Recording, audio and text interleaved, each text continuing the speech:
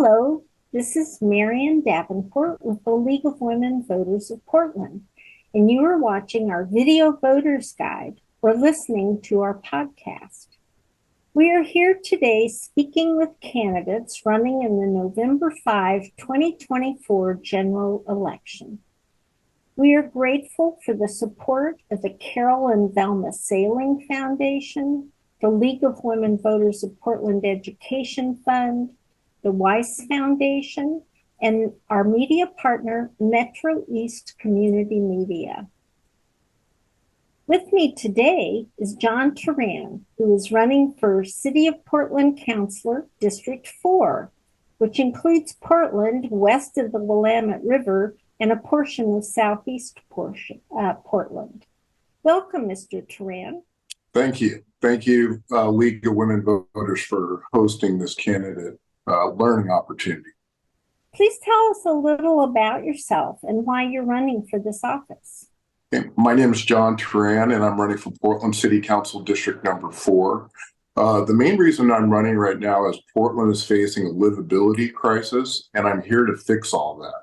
Our city leadership has prioritized ideologies over outcomes and has had disastrous results, leaving our city in a state of disorganization and disrepair. I grew up in Portland, and it's my home.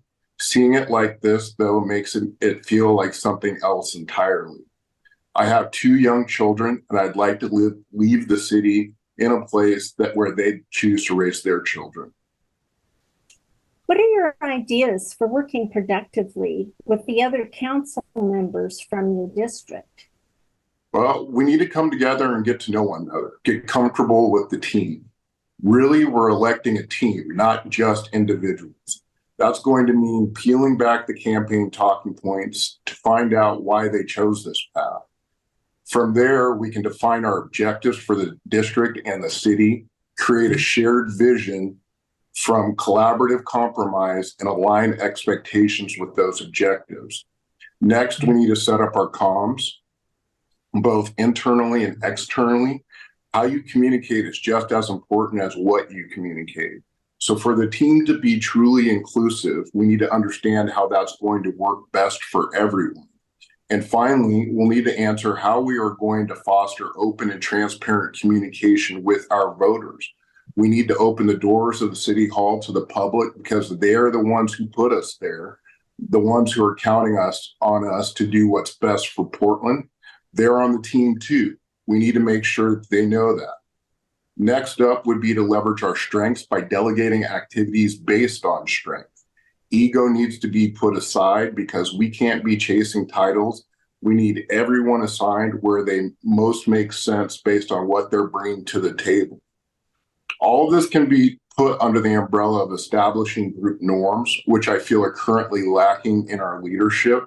It's erratic and ego-driven, and that needs to be cut out as early as possible.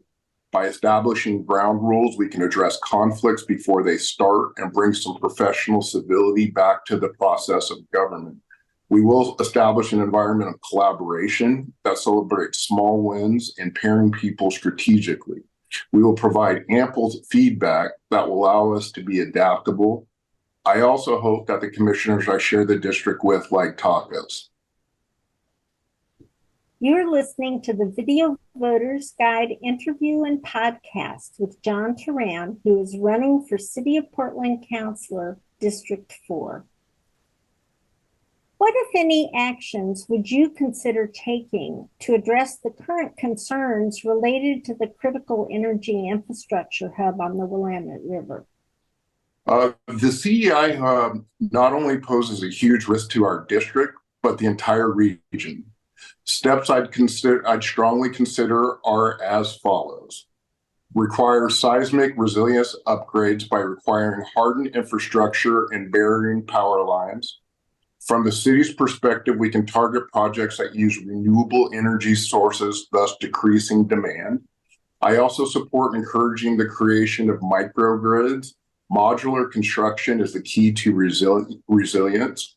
I also support cybersecurity strengthening with the latest security protocols and collaborating with federal agencies that have identified the latest threats. We will also commit to regular comprehensive risk assessments and emergency response drills. Also, audit the backup and redundancy systems. Additionally, require physical security enhancements. We also need to take into account our climate adaptation strategies. Are you satisfied with the performance of the Joint Office of Homeless Services? And if not, what changes would you support? We can all admit that JOHS is doing a terrible job. Just look at our streets. Ideally, we can reset our relationship with the county and work together to provide the homeless services that we can be proud of as Portlanders. However, we can't keep floating failure. So all options are on the table, including removing ourselves from the JOHS if workable solution can't be found in its current structure. What skills, experiences, and interests distinguish you from other candidates for this position? I'm a small business owner. Even better, I'm a Portland small business owner. I've done construction, I've done procurement, I've run a dispensary.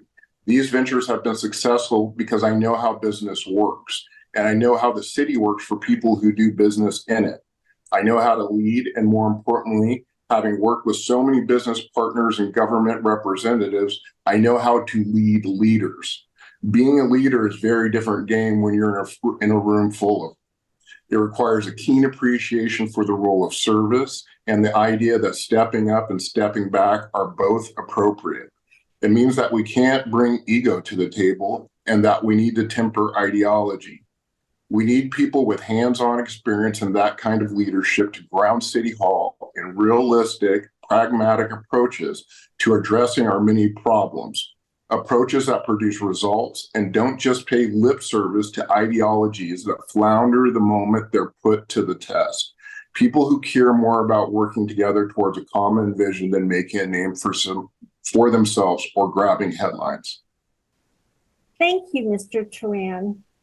This concludes our video voters guide and podcast interview with John Toran, running for City of Portland Councilor, District 4. Election Day is Tuesday, November 5. To find additional election resources, please go to the League of Women Voters of Portland website, lwvpdx.org, and then exercise your right to vote. Your voice matters. Thank you.